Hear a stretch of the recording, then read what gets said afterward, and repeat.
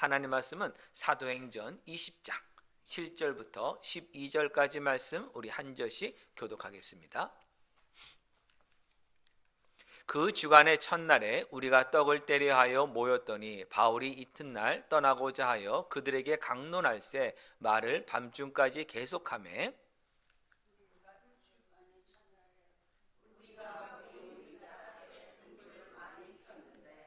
유두구라는 청년이 창에 걸터 앉아 있다가 깊이 졸더니 바울이 강론하기를 더 오래 하매 졸음을 이기지 못하여 3층에서 떨어지거늘 일으켜 보니 죽었는지라.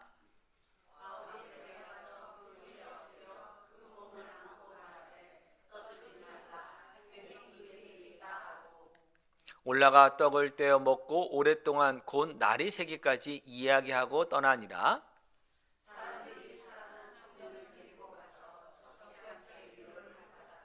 아멘. 네, 오늘 본문의 말씀은 20장 7절부터 12절인데 그 앞부분에 있는 것부터 같이 보도록 하겠습니다. 20장 1절 보면 에베소의 소요가 그침에 이제 바울이 마게도냐로 건너갔다라고 이렇게 기록되어 있습니다. 우리가 그 에베소에 있던 소요는 우리가 지난 주일에 살펴보았습니다. 근데 바울에게 있어서는 그 소요보다 더한 것이 무엇이었냐면 고린도 교회를 향한 그의 마음이 그런 어떤 이 에베소에 일어난 그 소요보다 더 심하게 그에게 그 아픔과 또 고통을 줬습니다. 바울이 이 에베소에 있을 때 고린도 교회에 여러 가지 문제가 있다는 소식을 듣게 됩니다. 그래서 고린도 교회에 편지를 써서 보냅니다. 이런 문제는 이렇게 해결하면 좋겠다 보내는데 그 첫 번째 편지를 보냈습니다마는 그 문제가 해결되지 않았고 그리고 그 편지 자체도 또 사라졌습니다. 지금 남아있지 않습니다. 다시 편지를 제대로 써서 보낸 것이 지금 오늘날의 고린도 전서입니다. 근데 고린도 전서를 보낸 다음에 바울이 도저히 가만히 있을 수 없어 갖고 에베소로 직접 에베소에서 고린도로 다시 방문을 합니다. 잠깐 다른 들리지 않고 고린도에 가갖고 이제 고린도 교회 성도들에게 이런 문제 이렇게 해야 됩니다라고 특별히 그때 문제가 났던 것이 무엇이었다 말씀드렸죠. 뭐 바울파다, 아볼로파다, 뭐 예수파다, 게바파다 이렇게 파벌 싸움도 있었다 말씀드렸잖아요. 근데 바울이 가서 이제 그런 문제에 대해서 설명을 다시 했는데도 불구하고 고린도 교회 성도들이 어떻게 반응하냐면요. 바울이요. 당신은 사도가 아니지 않습니까? 예수님의 직접 제자가 아니지 않습니까? 막 이렇게 바울의 그 사도권을 막 공격하기 시작한 겁니다. 그러니까 바울이 마음이 너무 상처를 크게 받은 거예요. 그 상처를 잊고 에베소로 돌아와서 또 에베소에서 계속 두란노 소원에서 말씀을 가르칩니다. 근데 가르치면서도 고린도 교회에서 받았던 그 아픔이 있기 때문에 고린도 교회에 다시 한번 편지를 써서 보냅니다. 그때 눈물로 써서 보냅니다. 눈물을 뚝뚝 흘리면서 고린도 교회는 그 애정을 가지고 편지를 써서 디도의 손에 보냅니다. 그래서 이 편지가 너에게 먼저 내가 가는 것은 내가 너에게 다시 찾아갈 것인데 근심을 가지고 가기는 원치 않는다. 걱정을 가지고 가지는 않는다. 그래서 이 편지를 보고 너희들이 좀 돌아왔으면 좋겠다라는 마음을 가지고 편지를 써서 디도편에 보냅니다. 그러면서 바울이 나도 곧 글로 갈 것인데 먼저 네가 고린도에 갔다가 이제 우리가 어디서 만나냐면 중간 지점인 마게도냐에서 만나자. 그래서 고린도 교회가 내 편지를 보고 어떻게 반응했는지를 꼭 알려달라라고 얘기를 하며 디도를 먼저 보낸 것입니다. 그러면서 에베소 그런 도중에 이제 에베소에 그런 소요가 일어났던 거예요. 그리고 나서 그것이 잘 마무리된 다음에 이제 바울이 에베소를 떠나서 고린도로 가기 위해서 드로아라고 하는 지역 항구 도시로 올라가게 됩니다. 그 드로아에 도착했을 때 배편이 지금처럼 항상 있는 것이 아니니까 아마 배편을 기다리고 있었을 것입니다. 그 잠깐 동안에 바울이 무엇을 하냐면 복음을 전합니다. 드로아 사람들에게. 근데 놀라운 일이 일어납니다. 복음의 문이 열려버린 거예요. 바울이 만나는 사람이 가서 복음을 전하면 그 사람들이 예수를 믿는 일들이 일어난 겁니다. 얼마나 여러분 기쁘겠습니까? 바울이 아마도 그 고린도 교회에서 걱정받았던 그것을 잊어버릴 정도의 기쁨이 그 안에 분명히 있었을 것 같습니다. 그런데 이렇게 복음의 문이 열렸으면 그것을 복음을 열심히 전해야 되는 것이 맞는 것처럼 보여지는데, 바울은 그 드로아를 남겨두고 고린도 교회를 향해서 그 바다를 건너서 마게도냐로 건너가게 됩니다. 한번 생각해 보십시오. 어찌 되었든 간에 고린도 교회는 이미 예수를 믿는 성도들이 모인 교회 아닙니까? 그렇죠? 예수 믿으니까 이제 그들에게는 영생을 가지고 있는 것이고 구원받은 성도들이에요. 그런데 드로아는 이제 믿지 않는 사람들이 예수를 지금 믿게 된 것이에요. 여러분, 죽어가는 영혼이 있는데 그 죽어가는 영혼에게 복음을 전해서 구원하는 것과 구원받는 것과, 아니면 이미 구원받은 성도가 제대로 살지 못하고 있는데 그들이 가서 복음을 다시 한번 정확히 얘기해서 제대로 된 그리스도인이 되게 하는 것 중에 어떤 것이 더 중요합니까? 여러분 보시기에 어떤 게 더 중요해요? 예수님을 믿고 있는데 조금 정상적으로 약간 부족한 사람들, 그들에게 제대로 믿게 가르치는 것과 예수 믿지 않은 사람들이 가서 복음을 전해서 그들이 예수 믿게 되는 것, 어떤 것이 더 중요해 보여요? 후자 아니에요? 후자잖아요. 그죠? 죽어간 영혼들이 있는데 지금 뭐하고 있느냐 이렇게 얘기하잖아요. 근데 바울은 그때 그럴 수가 없는 거예요.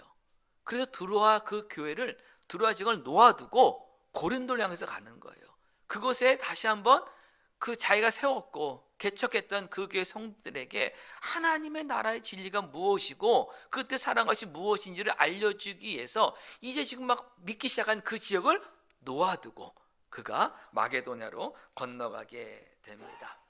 마게도냐에서 여러 도시들을 이제 다니면서 그가 복음을 다시 전하고 그곳 세워졌던 교회들을 또 바르게 세우기 시작합니다. 그곳이 어떤 곳이냐? 빌립보 교회가 있는 곳이었고 데살로니가 교회가 있는 곳이었고 베레아 교회가 있던 곳이 바로 이 마게도냐 지방입니다. 이 마게도냐 지방의 여러 도시들을 다니면서 이렇게 복음을 전하던 바울은 한 사람을 기다리고 있었어요. 누굴 기다렸냐면 앞에서 말씀드렸던 디도를 기다리고 있었어요. 디도가 고린도 교회 가서 그 눈물로 쓴 바울의 편지를 전해주고 그 고린도 교회 그 반응과 그들이 어떻게 한지를 소식을 듣기 위해서 디도를 기다리고 있었는데 디도가 속히 오질 않았습니다. 다시 말하면 약속된 그 기간까지 도착하지 못했어요. 그때 바울의 마음이 얼마나 힘들었는가 하는 것이 고린도 후서에 이렇게 기록되어 있습니다. 그래서 바울이 마음이 많이 불편한 가운데 있는데 드디어 디도가 그 마게도냐 지방에 오게 되었고 바울을 만나게 됩니다. 바울에게 디도가 보고를 합니다. 고린도 교회가 이 바울의 편지를 받고 나서 회복되었다. 그들의 신앙이 지금 바르게 지금 회복되었다라고 하는 그 소식을 그가 전해줍니다. 그 소식을 듣고 마게도냐에서 고린도에 다시 편지를 써서 보냅니다. 내가 곧 갈 것인데 먼저 편지를 보낸다 하면서 보낸 편지가 고린도 후서입니다. 그래서 바울이 고린도의 편지를 총 최소한 4번을 보낸 것이에요. 에베소에서 3번 보냈고 마게도냐에서 1번을 보낸 겁니다. 근데 첫 번째 보낸 것과 세 번째 보낸 것은 남아있지 않고 두 번째 보냈던 것이 고린도전서로, 그리고 마지막 4번째 보냈던 것이 고린도 후서로 지금 우리에게 지금 전해진 것입니다. 바울이 편지를 다시 보낸 다음에 이 마게도냐 사역을 마치고 고린도로 옵니다. 고린도에 이제 3번째 방문하게 된 겁니다. 첫 번째는 두 번째 선교 여행 때 온 것이었고, 두 번째 방문은 에베소에서 잠시 왔다 갔던 것이었고, 이제 3번째 선교 여행의 3번째로 이렇게 지금 고린도에 방문한 것입니다. 고린도에 와서 석 달간 머물면서, 그렇다면은 바울은 그 전에는 1년 6개월 동안 머물었고 이번에 석 달 머물었으니까 바울에게서 고린도 교회는 참으로 매우 중요한 애정 있는 교회였습니다. 것을 알 수가 있습니다. 이 고린도에 석 달 머물면서 바울이 편지를 또 하나 씁니다. 그 편지가 뭐냐면 로마에 있는 교회에 보내는 편지, 바로 로마서입니다. 로마서는 기독교의 그 복음을 가장 정확하게 그리고 가장 깊게 설명해 놓은 편지라는 평가를 받습니다. 종교개혁을 일으켰던 마틴 루터가 로마서를 읽고서는 종교개혁을 일으켰고요. 감리교를 창시한 요한 웨슬레가 그가 회심하게 되는 가장 결정적인 것이 바로 이 로마서였고요. 그 유명한 성 어거스틴도 바로 이 로마서 말씀 때문에 그가 회심하게 된 것처럼 수많은 사람들에게 회심시키는 아주 어마어마한 이 복음서 편지가 바로 로마서인데, 그 로마서를 어디서 쓰느냐? 고린도에서 이때 쓴 겁니다. 쓸 수 있는 이유가 무엇이었을까요? 이 고린도 교회를 통해서 받았던 그 수많은 그 아픔과 상처, 그들에게 문제를 해결하기 위해서 복음에 대해서 설명했던 그 모든 것들이 종합되어서 아마 로마서가 만들어졌다라고 저는 이렇게 생각을 합니다. 이 석 달 동안에 그래서 고린도 교회를 든든히 하고 로마서를 써서 보낸 다음에 이제 사역을, 세 번째 선교행의 사역을 마무리하고 그를 파송한 시리아의 안디옥 교회로 돌아오려고 합니다. 그래서 중간 지역을 다 건너뛰고 바로 이 고린도에서 시리아로 가는 그 배를 타고 그가 가려고 계획을 세웠습니다. 그런데 고린도에 있는 유대인들이 바울을 해하겠다고 하는 공모를 하고 있다는 것을 바울이 알게 됩니다. 그러면 여러분, 배를 타고 가는 것은 매우 위험합니다. 여러분, 지금처럼 크루즈 타고 가는 것도 아니에요. 예? 지금처럼 항공모함이 있는 것도 아니에요. 그냥 작은 여객선일 뿐입니다. 그 배 많이 타지도 못해요. 그런 상황에서 여러분, 자신을 해하라는 사람들이 함께 탔다면 바울은 숨을 수도 없고 피할 수도 없습니다. 해를 입을 수밖에 없습니다. 그래서 바울과 선교팀원들이 배를 타고 가겠다는 것을 버립니다. 직접 고린도에서 시리아로 가겠다는 것을 포기하고 육로를 통해서 돌아가겠다라고 이렇게 결정을 내립니다. 그 말은 뭐냐면 오던 길을 거꾸로 되돌아간다는 거예요. 그래서 고린도에서 마게도냐 지방으로 가고, 마게도냐에서 이제 배를 타고 유럽이 마게도냐는 아시아로 넘어가는 오던 길을 반대로 되돌아가겠다고 그가 계획을 변경합니다. 결국 어디를 다시 오게 된 거냐면 드로아를 다시 오게 된 것입니다. 근데 들어오기 전에 바울은 디모데를 포함한 자신의 선교 팀원들을 드로아로 먼저 보냅니다. 그리고 나서 바울은 한 사람을 더 데리고 나중에 가는데, 그가 누구냐면 빌립보에서 목회를 하고 있던 누가를 데리고 갑니다. 이것을 어떻게 할 수 있냐면 바울이 2차 선교행 중에 빌립보까지 옵니다. 빌립보에서 그가 복음을 전하고 나중에 교회가 세워지는데, 이 빌립보에서 그가 또 박해를 받잖아요. 그래서 결국 감옥에 갇히게 되고, 그 이후에 그가 데살로니가로 떠나가면서 빌립보 교회에 선교팀원 중 한 사람을 남겨놓습니다. 왜냐하면 갓 개척된 교회이기 때문에 계속해서 하나님 말씀을 전해주고 강론해줄 사람이 필요해서 목회자로 누굴 세워놓은 거냐면 누가를 세워놓은 것이에요. 그래서 그 누가가 거기서 계속 목회를 하고 있었습니다. 그래서 성경에는 어떻게 되냐, 사도행전을 쓴 사람이 누가입니다. 그래서 누가가 바울과 함께 움직일 때는 우리가라고 항상 표현했습니다. 근데 빌립보 이후부터는 우리란 말이 사라지고 바울이라고만 나옵니다. 그러다가 드디어 오늘 20장 5절 6절 보면 우리라는 말이 다시 나옵니다. 빌립보에서 누가가 이제 합류한 거예요. 그래서 빌립보 교회 사역을 마무리 짓기 위해서 시간이 좀 필요했고, 그래서 바울은 자신의 선교 팀원들을 먼저 이 드로아로 보내고, 바울은 누가의 사역이 마무리될 때까지 기다렸다가 누가를 데리고 드로아로 오게 된 것입니다. 누가와 함께 배를 탔는데 그 기간이 얼마나 걸렸냐, 들어올 때까지 닷새가 걸렸다라고 성경이 기록하고 있습니다. 근데 그 전에 드로아에서 이 마게도냐 지방으로 갈 때는 얼마 걸렸었냐면 이틀 걸렸다고 써놨어요. 그건 무슨 얘기냐면 갈 때보다 올 때 사흘이 더 걸린 겁니다. 같은 거리예요. 같은 거리인데 배 이상의 시간이 걸렸다는 것은 뭘 얘기하는 거냐면 바다에서 풍랑을 심하게 만난 것이에요. 아주 고생을 많이 한 겁니다. 배가 파도 치는 배에서 3일 더 있는 것은요, 멀미를 넘어서서 완전히 사람을 지치게 만드는 일인 것입니다. 지쳐서 온 것이에요. 그래서 드로아에 와서 선교팀 만난 다음에 바울도 잠시 더 그곳에 머물 수밖에 없는 겁니다. 왜냐하면 그 피곤한 몸을, 지친 몸을 좀 쉬기 위해서입니다.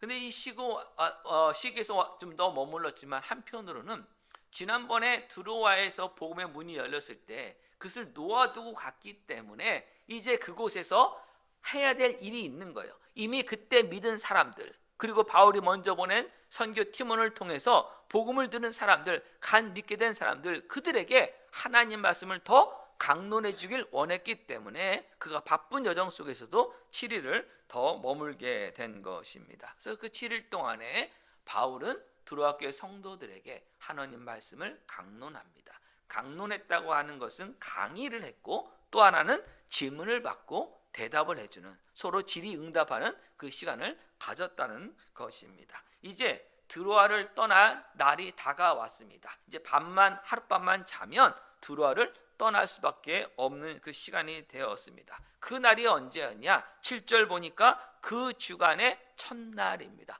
한 주의 첫날은 지금 달력으로 봐도 언제입니까? 일요일입니다. 그 일요일, 주일날에 그들이 함께 모였습니다. 성경에서 주일날에, 일요일에 성도들이 모였다고 하는 이 최초의 기록이 바로 이곳에 나온 겁니다. 그 당시에는 2000년제는 지금처럼 주 5일 근무 또는 주 6일 근무 같은 개념이 없던 시기였어요. 주말이라고 하는 개념이 없던 시기입니다. 특별히 종들이나 일꾼들에게는 쉬는 날이 일정하게 주어지지 않았던 시대였습니다. 유대인들만 특별히 하나님께서 안식일을 거룩하게 지키라고 말씀하시면서 그 안식일에는 너의 집에서 일하고 있는 일꾼들도 쉬어야 된다고 하는 말씀해 주셨기 때문에 그 일꾼도 쉴 수 있었지, 다른 어떤 민족이나 다른 나라의 전통에는 그런 것이 거의 없었던 그런 시기입니다. 당연히 이 드로아 성도들은 그 일요일에도 일을 해야 했습니다. 각자의 일터에서 일을 하고 아침부터 저녁까지 일을 하고 해가 질 무렵에 지금 교회에 모여서 함께 이들이 떡을 떼는 식사를 했습니다. 이것을 사랑의 식사라고 해서 애찬이라고도 우리가 부릅니다. 애찬이라고 부르는 이유 중에 하나는 그 교회에서 함께하는 그 사랑의 식사에는 가난한 종들도 함께 모여서 식사했기 때문이에요. 사실 가난한 종들이나 일꾼들 같은 경우는 식사를 제대로 할 수 있는 시간이 별로 없습니다. 이 저녁 시간에 그들이 함께 제대로 식사를 할 수 있었고, 교회 바깥에서는 그들이 자기의 그 주인과 함께 식사를 하지 못했습니다. 그러나 교회에 와서는요, 세상에서의 어떤 지위와 어떤 신분과 재산의 유무와 상관없이 모두가 예수 그리스도 안에서 형제 자매이기 때문에 함께 모여서 음식을 서로 나누며 교제를 하고 섬겼기 때문에 이것을 애찬이라고 부르는 것입니다. 그리고 이 식사 시간에 떡을 떼는 시간이 또 있었습니다. 그래서 떡을 뗀다는 것은 뭐냐면 주님의 만찬을 행했다는 뜻입니다. 그러면 이것이 뭘 얘기하냐면 예수님께서 나를 하나님의 자녀로 만드시기 위해서 십자가에서 나의 모든 죄값을 짊어지시고 죽으시고 부활하셔서 나의 모든 죄값이 다 치러졌음을 확인시켜줬다고 하는 그 예수 그리스도의 십자가 부활을 상징하고 기억하는 예식이 무엇입니까? 주님의 만찬이에요. 그 만찬을 통해서 우리 모두가 그리스도 안에서 한 형제요 한 자매라는 것을 확인하는 그 시간을 그들이 가진 것입니다. 그들이 주일에 모인 이유, 일요일에 모인 이유도 예수님께서 안식일이 지난 첫날, 한 주간의 첫날에 부활하셨기 때문입니다. 그래서 그리스도인들이 주일에 교회에 모여서 주님을 예배한 이유 중에 하나는 뭐냐면 예수님이 주일에 부활하셨음을 증거하기 위해서입니다. 그래서 여러분, 주일은 안식일이 아니고 안식일을 대체하는 것도 아니다 정도까지만 기억하시면 됩니다. 주일과 안식일의 차이와 왜 우리가 주일을 이렇게 지키냐에 대해서는 다음 기회에 제가 말씀을 드리도록 하겠습니다. 아무튼 드로아 교회 성도들이 이렇게 주일 저녁에 모여서 함께 예배하며 성도의 교제를 나눴고, 그 이후에 이제 바울은 하나님 말씀을 강론하기 시작했고 사람들 그것을 듣고 질문하고 있었습니다. 하루 종일 일을 하고 온 사람들입니다.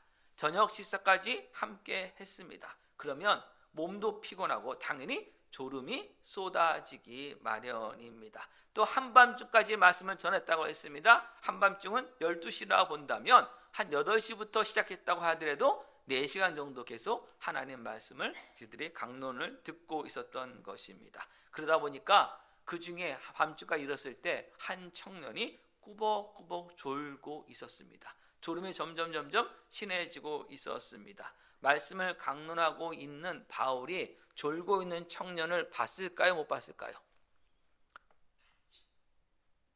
앞에서 보일까요? 안 보일까요? 예, 보이죠. 근데 지금 우리가 있는 이 예배당보다 그때 집이 크냐? 안 큽니다. 그때는 교회 건물이 따로 있는 게 아니에요. 예배는 따로 있는 게 아니에요. 한 가정집에서 모였어요. 그 가정집에 특별히 그 2층에 큰 다락방이 있으면 그 다락방의 모습이 함께 이렇게 말씀을 나누고 예배를 했던 것입니다. 그런데 이때 청년이 어디에 있었느냐? 창문에 창틀에 이렇게 걸터 앉아 있었어요. 자, 창문이 밑에 있어요? 위에 있어요? 좀 위에 있죠. 그러면 여기서 창틈에 걸쳐 있는 사람을 발견하기 쉬워요? 어려워요? 쉽잖아요. 눈에 띄잖아요, 모두가. 그러니까 지금 바울도 분명히 이 청년이 꾸벅꾸벅 졸고 있는 것을 분명히 봤을 것입니다. 그런데 바울은 말씀을 강론하면서 거기 청년 왜 졸고 있어요? 이런 말 하지 않았습니다. 혼내지 않았습니다. 예, 가만히 그냥 놓아두고 하나님 말씀을 전했습니다. 어떤 목사님 예전에 이런 말씀하셨어요. 부흥회에 오셔서 이렇게 하셨던 분이신데 어떤 내용이냐면요. 한국에서 부흥회를 하면 안 좋은 게 뭔지 아세요? 새벽부터 옛날에요. 새벽부터 이제 한복을 입고 우리 여선교회 분들은 한복 입고 다 오셔서 앞에서 인사하세요. 잘 오셨습니다. 그리고 또 식사 준비하시고 그리고 나서 또 간 다음에 오전 집회예요. 또 저녁 집회예요. 그러니까 부흥회 때 하루 종일 이 일을 하는 거예요. 우리 여성교회 분들이 그 당시 한국의 모습이요. 그러다 보니까 어떤 일이 되냐면 저녁 집회가 되면 조세요. 그 회장님도 조시고 옆에 회원도 조시고 꾸벅꾸벅 가서 한복 입고 꾸벅꾸벅. 그 평소에 저희가 아니라 한복 입고 졸고 있으면 더 잘 보일 수밖에 없잖아요. 남쪽인데 그러고 있어요. 그때 그분이 그런 말씀하셨어요. 하나님이 사랑하시는 자에게 잠을 주십니다. 그러면서는 괜찮습니다. 더 조십시오. 이러더라고 제가 들으면서 잠이 확 깨잖아요. 그분들은 들으면은. 근데 그 기억이 나요. 하나님 사랑하시는 자에게 잠을 준다는 그 기억이 나요. 어쨌든 이 청년도 막 졸고 있는 상황인데 바울이 혼내질 않았어요. 근데 이 성경의 구절에 청년이라고 분명히 되어 있는데 이 청년이라는 그 헬라어 단어가 젊은 사람 뭐 한 20대 30대 의미하는 것이 아니라 틴에이저를 뜻합니다. 주로. 그러면 10대 중후반의 소년이에요. 청소년이에요. 여러분 보세요. 10대 중후반인데 하루 종일 가서 일을 해야 하는 사람이에요. 가난한 사람이에요. 그 집안이 힘들게 그 일을 하고 있어요. 그런데도 지금 저녁이 되었을 때 바울 사도가 와서 복음을 더 전해준다고 하니까 교회에 온 거예요. 함께 식사를 나눈 것이에요. 그리고 이 유드고라는 이름이 당시에는 하층민들이 주로 사용하는 이름이었다라고 하는 연구도 있습니다. 그러니까 매우 지금 힘든 가정에 있습니다. 그가 지금 그래도 정말 좀 더 쉬는 게 나을 텐데 불구하고 피곤할 텐데 불구하고 교회에 지금 나온 거예요. 창문에 걸터 앉았다고 하는 것은요, 창문을 열어 놓았다는 거예요. 왜 창문을 열어 놓았냐 하는 것은 뭐냐면 공기가 통하기 위해서예요. 공기가.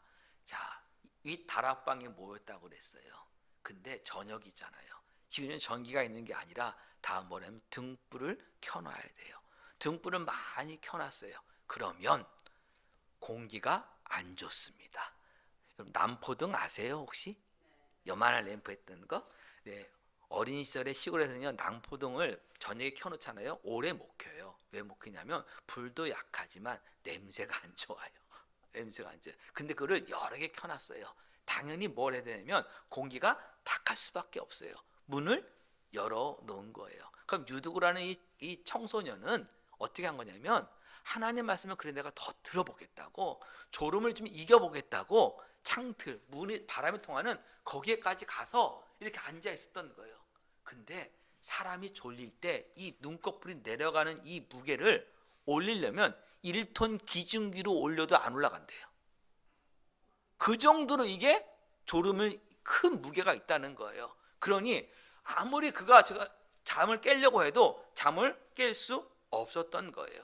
바울이 그 모습 그냥 보고 있었습니다. 바울은 하나님 앞에서 강론할 때 졸고 있는 사람이 있다고 강론을 빨리 마무리하지도 않았어요. 오히려 9절 보면 뭐라고 말하냐면 강론하기를 더 오래 하며 했어요. 와, 한 사람 막 졸고 있어요. 몇 사람 졸고 있어요. 근데 바울은 뭐 하고 있다고요? 강론을 계속하고 있어요. 여러분 이게 능력이에요. 이게 능력이에요. 예? 막 이렇게 하고 있어요. 근데 다른 사람들은 뭐 하느냐? 그 강론할 때 질의응답이 있다 했잖아요. 사람들도 계속 바울 사도요. 이거는 어떤 겁니까? 이거는 무슨 뜻입니까? 계속 물어보는 일도 한 거예요. 열심히 참여하고 있었어요. 시간이 점점점 길어지니까 결국 유두고가 졸음을 이기지 못하고 결국 창틀에서 3층에 있는 창틀에서 떨어지게 됩니다. 그곳에 있는 사람들이 얼마나 놀라겠습니까? 갑자기 퍽 소리가 나면서 막 사람들이 얼마나 그때 긴장했겠습니까? 그 주변의 사람들이 일으켜 보니 잠시 기절한 것이 아니라 죽었습니다. 그 현장에 누가 있었느냐? 의사인 누가도 함께하고 있었습니다. 의사인 누가가 보기에도 이 사람은 죽은 사람입니다. 아무리 바울이라고 하더라도 강론을 계속할 수가 없습니다. 강론을 중단하고 바울이 위에서 아래로 내려가 봅니다. 당연히 유두고가 보고 있던 유두고를 지금 보고 있습니다. 바울이 정말 많이 놀랐을 것이고 당황했을 것이고 그곳에 있는 성도들도 아마 많이 놀랐을 것이고 어떻게 하면서 지금 어쩔 줄 몰라 했을 것입니다. 근데 바울이 내려가서 유두고 그 위에 자신의 몸을 엎드립니다. 그리고 그 몸을 안습니다. 자신의 몸으로 유두고의 시신을 덮은 것입니다. 구약 성경에 보면 엘리야 선지자가 사르밧 과부의 아들을 살릴 때 했던 행동과 동일합니다. 그 행동을 한 다음에 바울이 말합니다. 떠들지 마십시오. 소란스럽게 하지 마십시오. 생명이 그에게 있습니다. 라고 그가 얘기를 합니다. 이걸 보면은 성령님께서 바울에게 그 내려가는 그 모든 과정 속에서 특별한 음성을 주셨다고밖에는 우리는 설명할 방법이 없습니다. 하나님께서 특별하게 바울에게 이렇게 하라라고 하는 것을 알려주셨다고 우리는 볼 수밖에 없는 것입니다. 근데 바울이 자신의 몸을 위에서 이렇게 덮으면서 안아주자 생명이 있다는 그 말을 하자 유두고가 살아났습니다. 여기서 우리가 주목해야 될 표현이 있습니다. 유두고가 떨어졌다라고 하는 그 단어와 바울이 그 위에 엎드렸다고 하는 단어가 사실은 같은 단어입니다. 딱 하나 위에라고 하는 것만 하나가 붙어 있는 겁니다. 단어에. 나머지는 똑같아요. 그래서 위에 엎드렸다를 더 그냥 직역하면 위에 떨어졌다라고 보면 됩니다. 그러면 이걸 통해서 무엇을 우리는 알 수가 있습니까? 사람의 육신이 위에서 밑으로 떨어져서 죽은 그 위에 하나님의 생명이 떨어지자 살아난 것입니다. 죽음 위에 하나님의 생명이 덮자 살아난 것이에요. 죽음이라고 하는 것은 말로 표현할 수 없는 절망의 순간입니다. 그 절망 위에 하나님의 은혜가 덮으면 생명의 역사가 일어납니다. 생명의 성령의 범이 죄와 사망의 법에서 우리를 해방시켰다고 하는 것을 분명하게 보여주는 실체적 사건이 그때 일어난 것입니다. 유두고가 살아나자 바울이 다시 올라갑니다. 그곳에 있는 성도들도 다시 떡을 뗍니다. 떡을 뗀다는 게 무엇을 한다고요? 주님의 만찬을 함께 했다는 것입니다. 왜 주님의 만찬을 다시 했을까요? 주님의 만찬은 뭘 뜻합니까? 예수님의 십자가 죽음과 부활을 뜻합니다. 그래서 지금 이 유두고의 그 죽음과 하나님의 생명의 그 죽음에 덮었을 때라는 그 부활의 생명의 역사를 그대로 본 상황 속에서 주님의 만찬을 다시 한번 함께 한 것입니다. 그리고 나서 이 떡을 뗐다는 건 다른 말로 또 뭐가 이어지는 거냐면 식사를 같이 했다는 겁니다. 야식을 또 한 겁니다. 왜 야식을 했을까요? 하나님의 말씀을 계속 더 듣기 위해서였습니다. 그들이 지금 이제 그들에게 바울을 다시 만날 수 있는 기회는 올지 안 올지 모릅니다. 그렇기에 밤을 새면서까지 그들은 말씀을 더 듣겠다고 머물러 있었다는 거예요. 그 순간에 바울 사도요, 이제 더 이상 그만합시다. 더 큰일 날지 모르겠습니다. 이제 우리 그냥 헤어집시다. 이게 아니었다는 거예요. 모두가 그 순간에도 어떤 일이 일어났다 하더라도 그 자기에 주어진 말씀을 들을 그 마지막 기회를 그들은 놓치지 않았던 것입니다. 날이 밝아오자 성도들은 이제 일터로 가야 했고 바울은 드로아를 이제 떠나게 됩니다. 둘 다 모두가 다 육체적으로는 매우 힘들었을 것입니다. 그런데 오늘 본문 마지막 12절을 보면 사람들이 살아난 청년을 데리고 가서 적지 않게 위로를 받았더라라고 기록하고 있습니다. 이 말은 무엇이에요? 드로아 성도들이 그 유두고를 데려다가 야 유두고야 너 때문에 우리가 얼마나 놀란 줄 아냐? 너 때문에 내가 죽었다 살았다 야 깜짝 놀랐다 이게 아니었다는 거예요. 너 왜 말씀을 듣는데 왜 졸았어? 다신 졸지 마 큰일 날 뻔했잖아 이런 말 하지도 않았다는 거예요. 그 청년을 데리고 가서 무엇을 그들이 받냐면 하나님 주시는 큰 위로를 받았다라고 성경이 지금 말씀하고 있는 거예요. 그들이 받은 그 위로가 무엇입니까? 고단한 삶의 무게를 지고 교회에 왔는데 그 무게를 짊어진 그 삶의 그 육체 위에 하나님의 생명이 덮어지는 실제를 그들이 봤기 때문에 그 실제가 주는 위로를 받은 거예요. 하나님의 생명의 능력이 나타나는 그 실제 현장이 주는 그 위로를 그들이 경험한 것입니다. 절망과 죽음의 현장에 예수 그리스도의 통치가 생명의 능력으로 찾아오는 것을 실제로 경험하게 된 위로입니다. 밤을 꼬박 새웠고 다시 일터로 가서 하루 종일 일을 해야 하는 상황이지만 그 상황을 덮으며 다가오는 살아계신 하나님의 능력을 그들이 경험한 그 위로를 받은 것입니다. 여러분, 하나님은 오늘 저와 여러분에게 하나님은 살아계신 분이시고 살아계신 하나님의 능력은 생명으로 찾아오는 능력임을 분명히 우리에게 보여주시길 원하십니다. 오늘 이 위로를 받으시기 바랍니다. 여러분의 그 삶의 버거움 속에서 또는 여러분의 육신의 그 연약함 속에서 아프고 힘든 그 모든 우리들의 육신 위에 하나님이 부어주시는 하나님이 덮으시는 그 생명의 능력을 오늘 경험하시기를 주님의 이름으로 축원드립니다. 유두고처럼 피곤한 삶 현실 속에 살아가는 저와 여러분의 삶 위에 하나님은 지금 이 시간 분명하게 이 생명의 능력을 떨어뜨리시길 원하시고 계십니다. 이 위로를 오늘 이 시간 꼭 받으시길 바랍니다. 예수 그리스도의 통치는 죽음 위에 생명을 덮는 부활의 능력으로 이루어진다는 사실을 기억하시며 한 주간 여러분의 모든 삶의 여정 위에 부어지는 생명의 역사를 기대하시고 그걸 직접 체험하시는 복된 한 주간 되시길 주님의 이름으로 축원드립니다. 기도하겠습니다.